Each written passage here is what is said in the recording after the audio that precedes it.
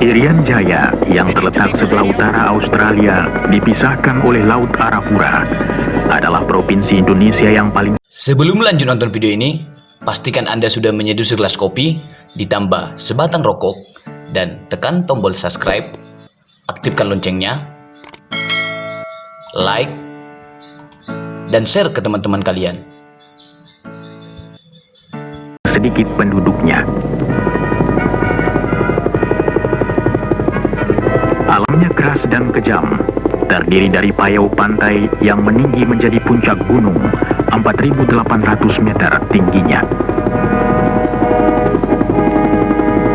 Pada tahun 1967, Freeport Indonesia datang kemari menambang biji tembaga di tengah-tengah pegunungan Jayawijaya. Pegunungan ini yang terletak hanya 4 derajat selatan khatulistiwa sejak berabad-abad lamanya ditimbuni salju. Lama-kelamaan salju membeku, membentuk lapangan es gletser. Es ini sama tuanya seperti adat istiadat suku Amungme dan Damal.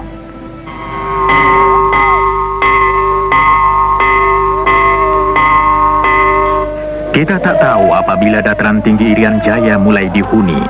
Mungkin 20.000, mungkin 30.000 tahun yang lalu. Penduduk dataran tinggi yang hidup terpencar dalam dusun-dusun kecil berhasil menyesuaikan diri dan bertahan hidup.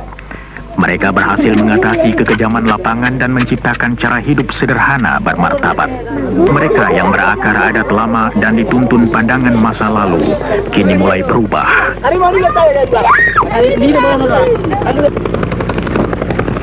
Beberapa penduduk desa mulai sadar akan adanya dunia yang lebih luas.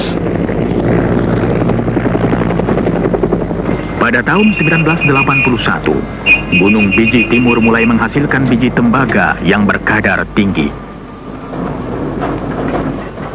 Pertambangan bawah tanah yang baru melanjutkan rencana eksplorasi dan pengembangan sumber mineral yang dimulai tahun 1967.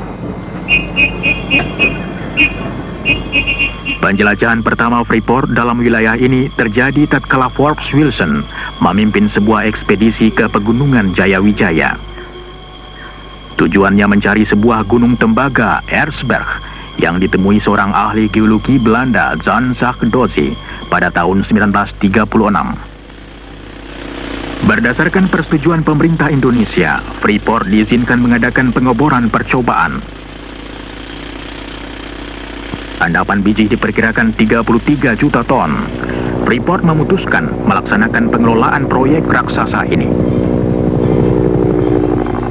Direncanakan untuk membangun 6 wilayah kerja, pelabuhan untuk pengampalan biji, daerah persiapan 18 km di hulu sungai, lapangan terbang 43 km dari pantai, sebuah kota 109 km dari pantai, tempat pengelolaan biji 118 km dari pantai, dan tambang 1,5 km ke dalam lagi pada ketinggian 3.600 meter. Untuk menghubungi semua tempat, dibangun sebuah jalan yang 99 km panjangnya, melalui hutan di tanah datar sampai ke daerah puncak gunung. Bagian terakhir dari tempat pengolahan ke tambang berupa kereta gantung. Perencanaan, pembelian bahan dan pembangunan dapat dimulai pada awal 1970. Kemah 1 menjadi tempat bermulanya proyek. Sebelum dapat dibangun basis yang tetap di pedalaman, peralatan dan bahan untuk pegunungan diberangkatkan dari Kemah 1.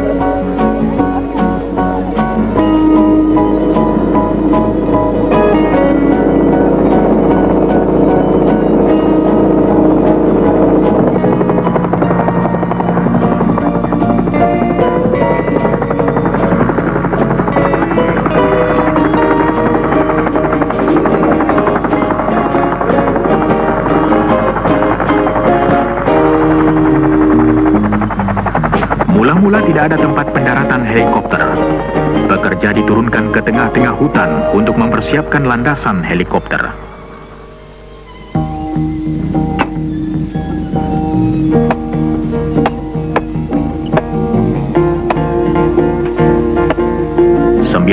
Perkemahan dibangun sepanjang daerah pembangunan, disusul kemah barang menurut kemampuan logistik. logistics. If we needed a pound of nails, the closest hardware store was 600 Logistik, miles. bila kami memerlukan paku setengah kilogram, maka toko yang paling dekat di Darwin, 1000 km seberang laut Arafura. 22 years of construction have been all over the world, and I've yet to see a place equal to this. Selama 22 tahun saya bekerja di bidang pembangunan, baru kali ini saya lihat daerah macam ini. Tiap hari hanya 4 jam cuaca baik. Selebihnya hujan es atau kabut. Usaha kami yang terpenting ialah agar semua tempat mudah dicapai. Seperti itu jembatan gantung yang kami bangun melintasi tebing. Sebelumnya 45 menit untuk sampai. Sekarang cukup jalan kaki 10 menit ke tempat tinggal. Beban paling berat yang dapat diangkut helikopter ialah 800 kg. Dan tim helikopter sangat berjasa dalam usaha membawa barang-barang untuk kami. Inilah satu-satunya cara untuk dapat memulai begitu cepat.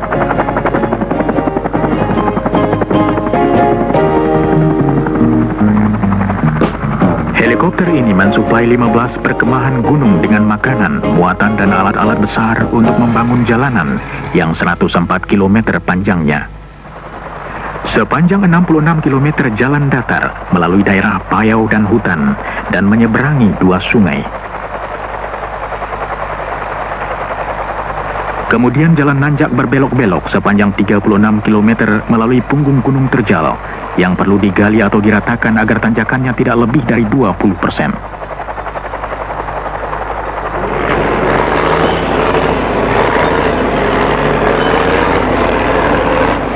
Di tempat-tempat yang terlalu sulit dilampaui terpaksa dibuat terowongan.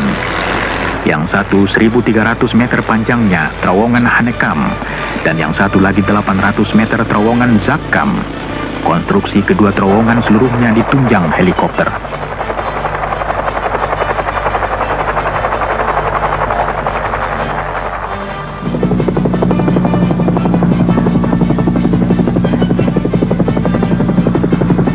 Cuaca merupakan salah satu hambatan terbesar bagi pekerjaan.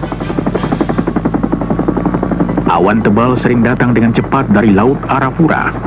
Helikopter yang berangkat dalam cuaca baik tahu-tahu masuk daerah hujan dan kabut hingga terpaksa kembali ke pangkalan.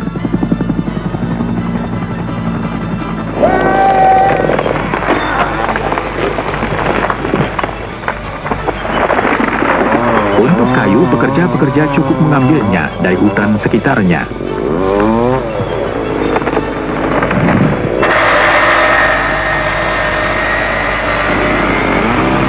Pohon-pohon hutan yang tinggi ada guna lain untuk membuat landasan jalan. Gelondongan kayu disusun sebagai dasar jalan. Kemudian batu kerikil dituangkan di atasnya menjadi permukaan jalan.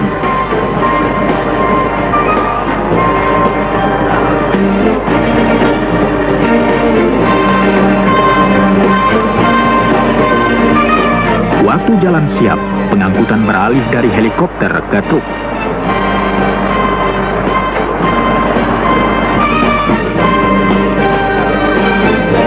Seluruhnya lebih dari 60.000 ton barang diangkut truk melalui daerah pegunungan, kadang-kadang lebih dari 500 ton per hari.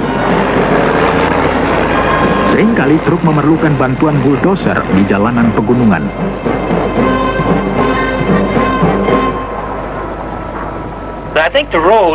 Hemat saya, jalanan itu paling merusak bagi peralatan kami.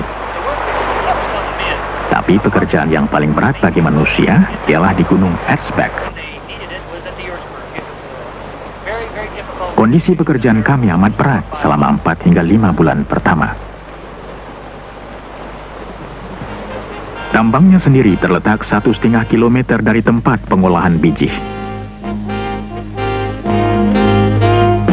Dan dalam jarak itu termasuk kenaikan vertikal sepanjang 700 meter.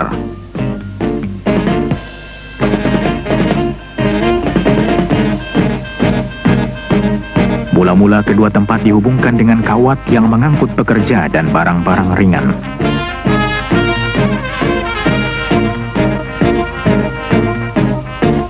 Kemudian dipasang kereta gantung untuk membawa pekerja, bahan dan kabel-kabel setebal 4 cm untuk pengangkutan biji.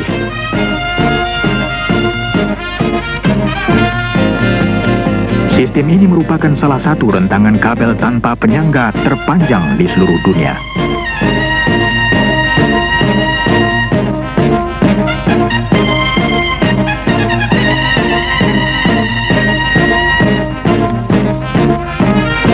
Pembangunan tempat pengolahan biji mempunyai tantangannya sendiri.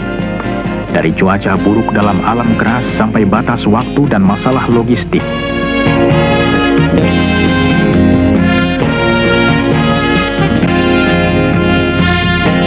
Sebuah pelabuhan baru, Amama Pare, 10 km dari laut di pinggir sungai hampir selesai. Semua fasilitas bandar laut modern harus dibangun. Dari tongkang-tongkang dan tambatannya, sampai alat pembawa barang dan pemuat kapal.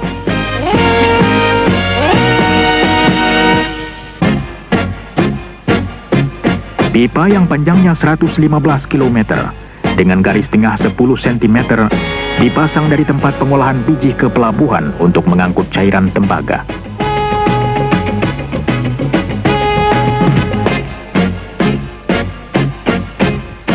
Cairan kental endapan tembaga dalam pipa dipompa mula-mula untuk melewati punggung gunung. Kemudian daya berat membawa cairan ini ke bawah sepanjang 74 km ke pelabuhan. Di tengah-tengah kesibukan operasi awal, pada bulan Maret 1973, sebuah pesawat terbang jet mendarat di Timika. Pesawat ini membawa tamu istimewa yang mulia Presiden Soeharto. Bersama dengan pejabat lain, beliau datang untuk meresmikan pembukaan fasilitas penambangan.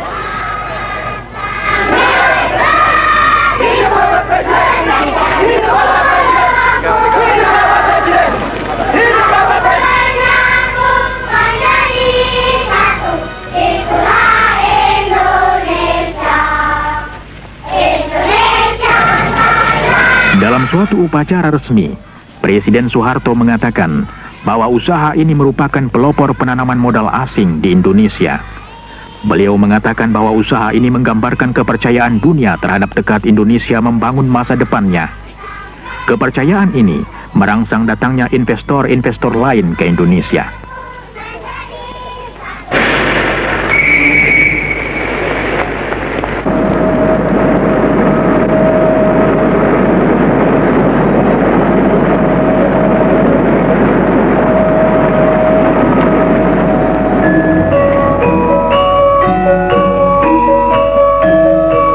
Dalam suatu upacara lain, Presiden Soeharto mendapat hadiah dan beliau membuka selubung batu kenangan kota Tembagapura.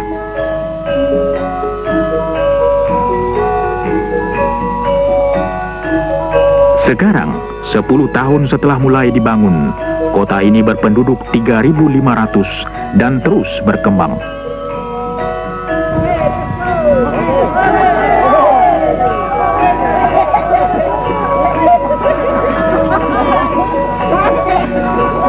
Tembagapura memiliki semua fasilitas kehidupan modern, masjid dan gereja, jawatan pemadam kebakaran, toko, tempat makan, pabrik roti dan kantor perjalanan.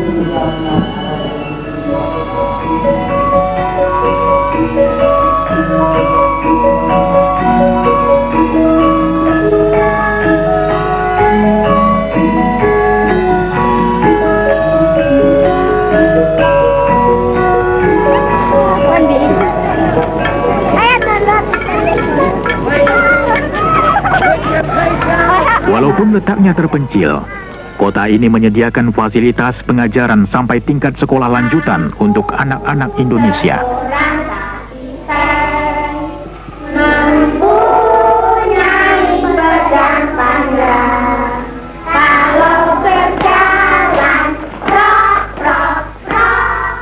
Klinik bayi dan jasa kesehatan lain disediakan untuk pegawai dan keluarga mereka. Gimana anaknya?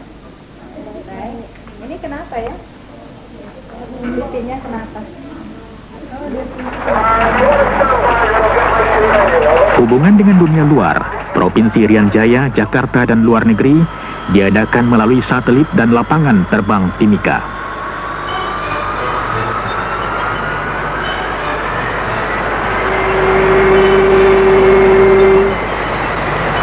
Segala sesuatu harus diimpor, diturunkan dari kapal, dan dibawa dengan tongkang ke PET 11 untuk kemudian diangkut ke daerah pegunungan.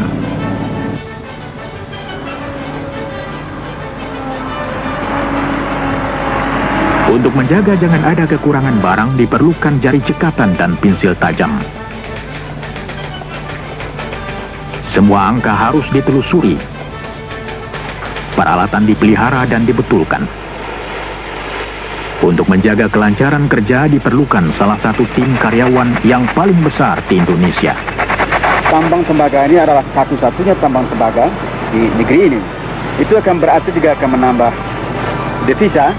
Selain tentu saja merupakan tempat pendidikan tenaga-tenaga ahli yang terampil di dalam bidang pertambangan dan juga menambah kesempatan kerja dan menambah pendapatan pemerintah selain dari devisa juga tentu dengan pajak dan lain-lain. All of the buildings and structures you see around the work Semua areas bangunan dan gedung yang Anda lihat sekitar tempat kerja dan kota membuktikan bahwa Freeport punya komitmen yang panjang di Indonesia. We're standing at the heart of the operation right now, the trams. Kami berdiri di jantung operasi, kereta gantung. Jika kereta mogok, biji tidak dapat diambil dari tambang. Akibatnya tidak ada pekerjaan di tempat pengolahan. Part of the operation and how successfully we operated. Jadi inilah kunci operasi kami. Berhasilnya proyek kami tergantung pada kelancaran bekerjanya kereta gantung.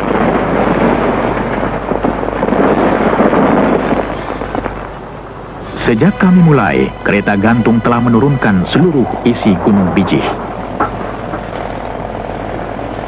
Kita mengusahakan tambang tembaga di Gunung Bijih. Dulu pertama kali kita namakan iceberg. Kita telah memproduksi biji tembaga sebanyak kurang lebih 19 million ton. Sementara itu, tim eksplorasi melanjutkan pencarian biji baru. Usaha mereka berhasil, sumber baru ditemui 1 kilometer sebelah timur dari tempat semula, disebut Gunung Bijih Timur.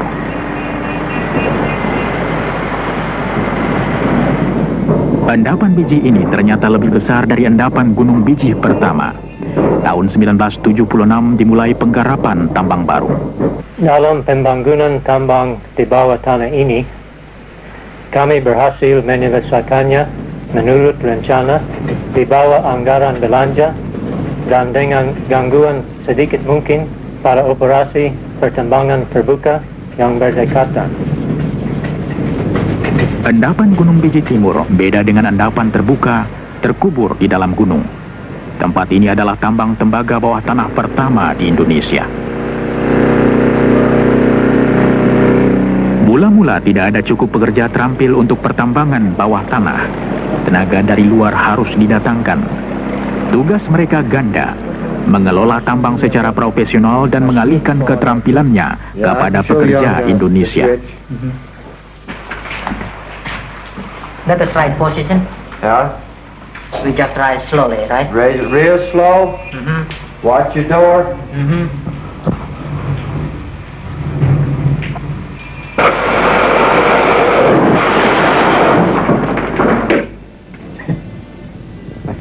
Silahkan pakai itu.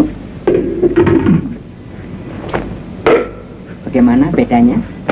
Jauh sekali. Itulah perlunya. Ini baru contoh kecil-kecil saja. Selama 4 tahun, penjelajahan dan perkembangan sekelompok tenaga kerja memasukkan banyak orang Indonesia yang sedang dalam latihan dan tidak pernah bekerja di bawah tanah sebelumnya. Menurut hemat saya, adalah prestasi yang luar biasa untuk mempunyai rekor keselamatan kerja yang lebih baik atau semutu dengan tambang besar yang mana saja di dunia.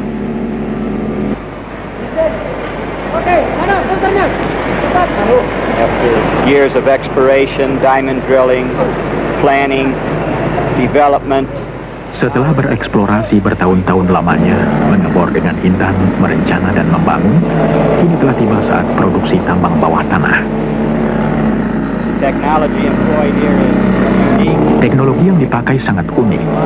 Apalagi kalau diingat bahwa teknologi macam ini hanya terdapat di sedikit tempat lain di dunia. Dan Anda menemukannya di tempat jauh seperti Irian Jaya. Our current mining reserves indicate we'll have ongoing operations. Persediaan endapan menunjukkan bahwa kami masih akan dapat beroperasi sampai 13 hingga 15 tahun lagi. Tentu saja kami terus mencari dan mengharap akan dapat endapan lain. Semua ini merupakan pertanda baik. Tidak saja untuk karyawan Freeport, tetapi untuk seluruh Indonesia. After installing the cylinder head bolts, it is good to follow the torque sequence that you found in the manual. It's important that you use Berbicara mengenai transfer dari teknologi dan program Indonesianisasi dalam proyek Freeport ini, sebetulnya kedua perkataan Indonesianisasi dan transfer dari teknologi adalah identik. Proyek ini mulai beroperasi dalam akhir tahun 72, di mana sebagian besar masih di posisi-posisi yang penting dipegang oleh expatriate. Lebih dari 1,5 tahun yang lalu, semua posisi sudah dipegang oleh tenaga-tenaga ahli dari bangsa Indonesia. Jadi saya berpendapat transfer teknologi dan program Indonesianisasi suatu hal yang boleh dikatakan sukses di tempat ini.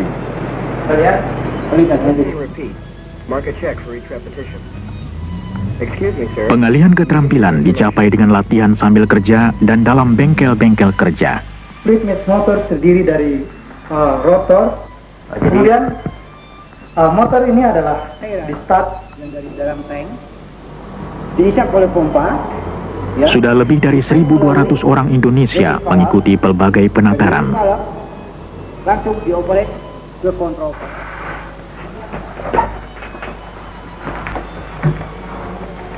Paru-paru kiri dan paru-paru kanan, ya. Kemudian, Keterampilan dan pengetahuan pegawai kesehatan pun ditingkatkan terus-menerus. Tentu mereka tidak bekerja melulu, cukup kesempatan untuk rekreasi. kemudian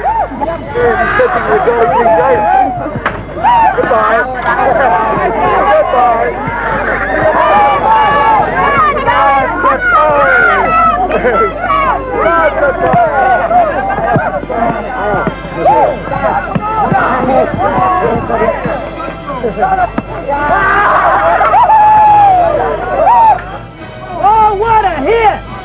All right! Easy! Oh, second ball! Woo!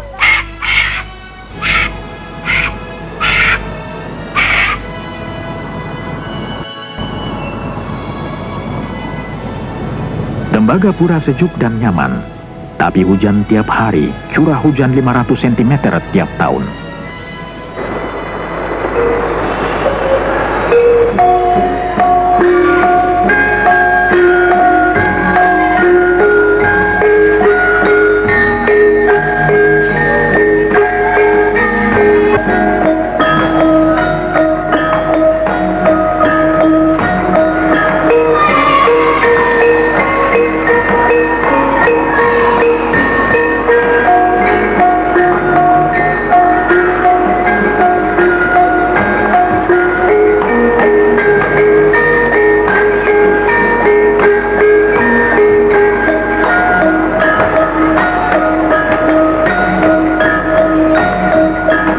Semangat tak luntur dan pekerjaan proyek jalan terus.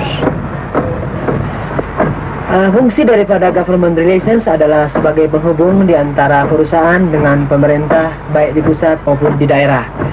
Untuk ini kami bekerja sama dengan pemerintah daerah di Fakfak dan Jayapura, serta juga dengan Kementerian Riset dan Teknologi di Jakarta, untuk membuka daerah pertanian yang baru, daerah resettlement yang baru di daerah pantai, di daerah dataran rendah, memberikan pelayanan kesehatan, pendidikan, dan juga bantuan penyuluhan pertanian.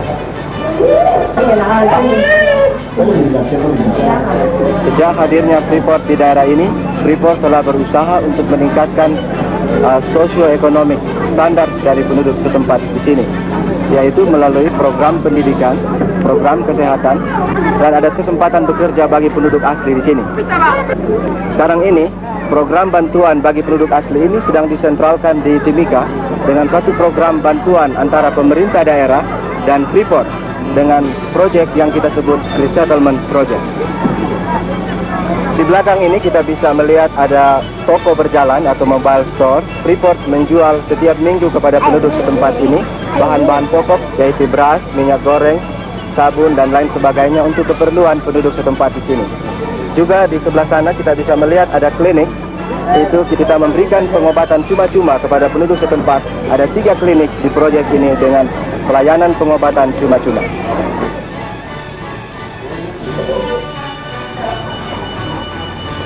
Para perawat dari Rumah Sakit Tembagapura mengunjungi klinik-klinik beberapa kali seminggu untuk mengobati penduduk asli. Wanita dengan anak kecil dianjurkan untuk mengikuti kelas khusus untuk perawatan bayi.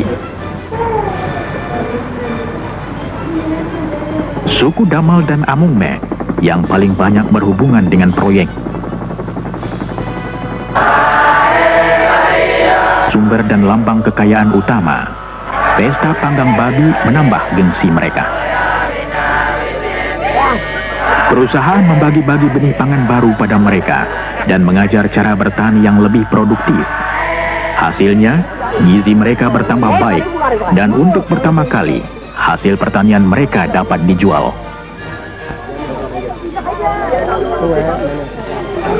Dengan masuknya proyek ini ke daerah ini, tentu akan menimbulkan sedikit tegangan karena kita membawa teknologi yang zaman luar angkasa ke daerah yang terbelakang. Sekarang juga dengan bekerja sama dengan pemerintah, kita lagi mengusahakan apa yang kita namakan proyek resettlement, yang merupakan suatu proyek yang besar yang berhubungan dengan adanya proyek ini di tempat ini.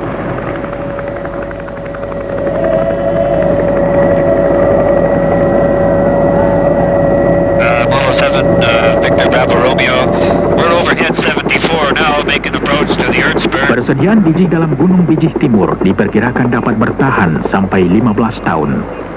Untuk mengelola tambang tersebut diperlukan sistem penggalian yang rumit yang disebut block caving. Block caving can be described Block caving dapat digambarkan dengan menjungkir balikkan tambang terbuka, menjatuhkan biji melalui terowongan, untuk kemudian diambil dan diangkat ke permukaan tanpa banyak kerja tambahan.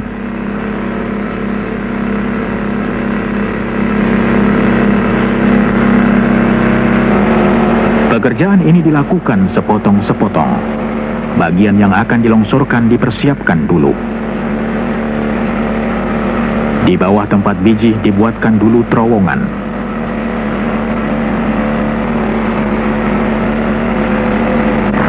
Kemudian bagian-bagian yang mengandung biji diledakkan.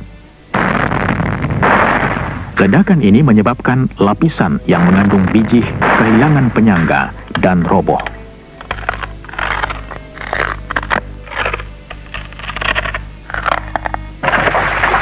Jatuhnya di terowongan-terowongan yang sudah dipersiapkan.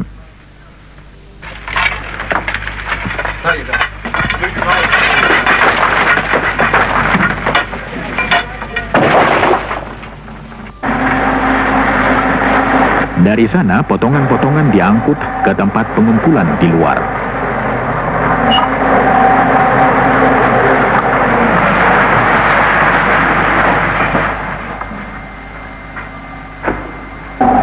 Potongan yang jatuh menyebabkan bagian lain kehilangan penyangga dan terjatuh juga ke dalam terowongan.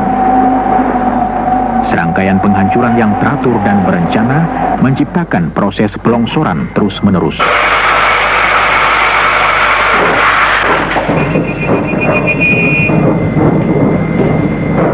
Kereta api listrik mengangkut biji ke tempat pengolahan.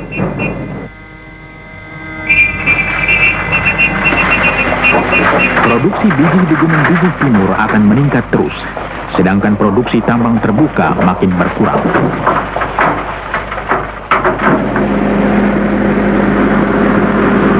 Biji kasar dari kedua tambang dibawa ke tempat penghancuran yang sama.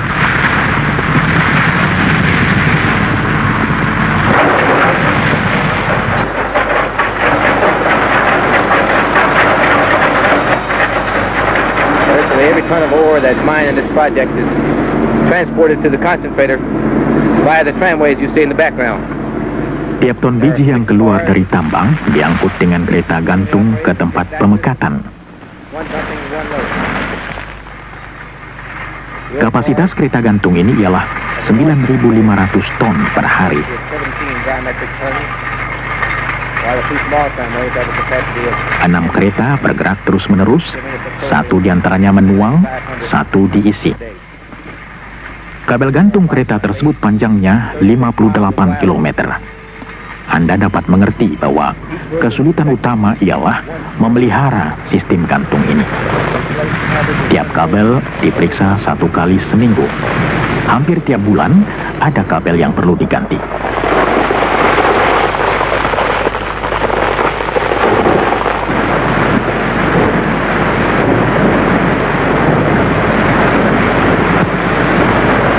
Biji dihancurkan lagi di tempat pengolahan. Kemudian ditambah air menjadi semacam cairan terdiri dari biji halus. Cairan ini kemudian diaduk keras menyebabkan munculnya buih mengandung biji.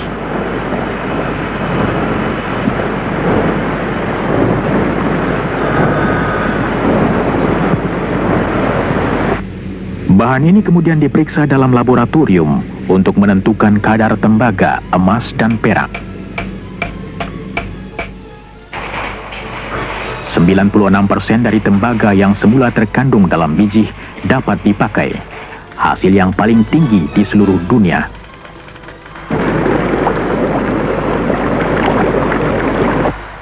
Logam yang terdapat dalam buih dipisahkan, dijadikan cairan kental lagi dan disedot melalui pipa ke pelabuhan.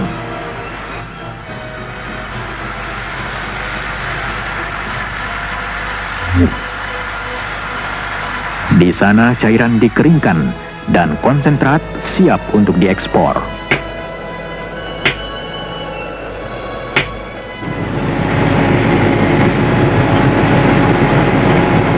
Konsentrat ini dituang dalam palka kapal.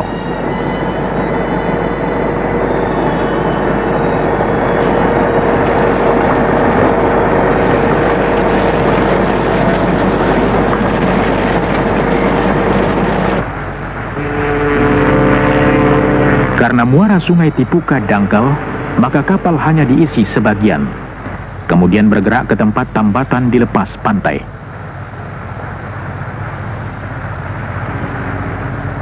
Di sana sisa konsentrat tembaga dipindahkan dari tongkang sampai kapal penuh. Juga Freeport mendatangkan kapal-kapal supply dari Australia yang membawa makanan, plus bahan-bahan pelumas dan onderdil. Kemudian juga dari Singapura sekali sebulan, dan juga kapal tanker yang membawa diesel sekali sebulan. Rata-rata tonnage yang di handle di pelabuhan adalah 6.300 metric tons. Saya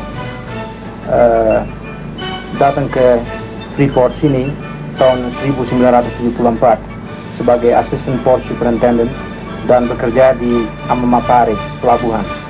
Di port site sekarang ini atau Amamapare sekarang ada 300 penduduk. Di situ juga terdapat masjid, gereja, dan juga sekolah dengan 40 anak murid. Di samping itu juga ada taman kanak-kanak.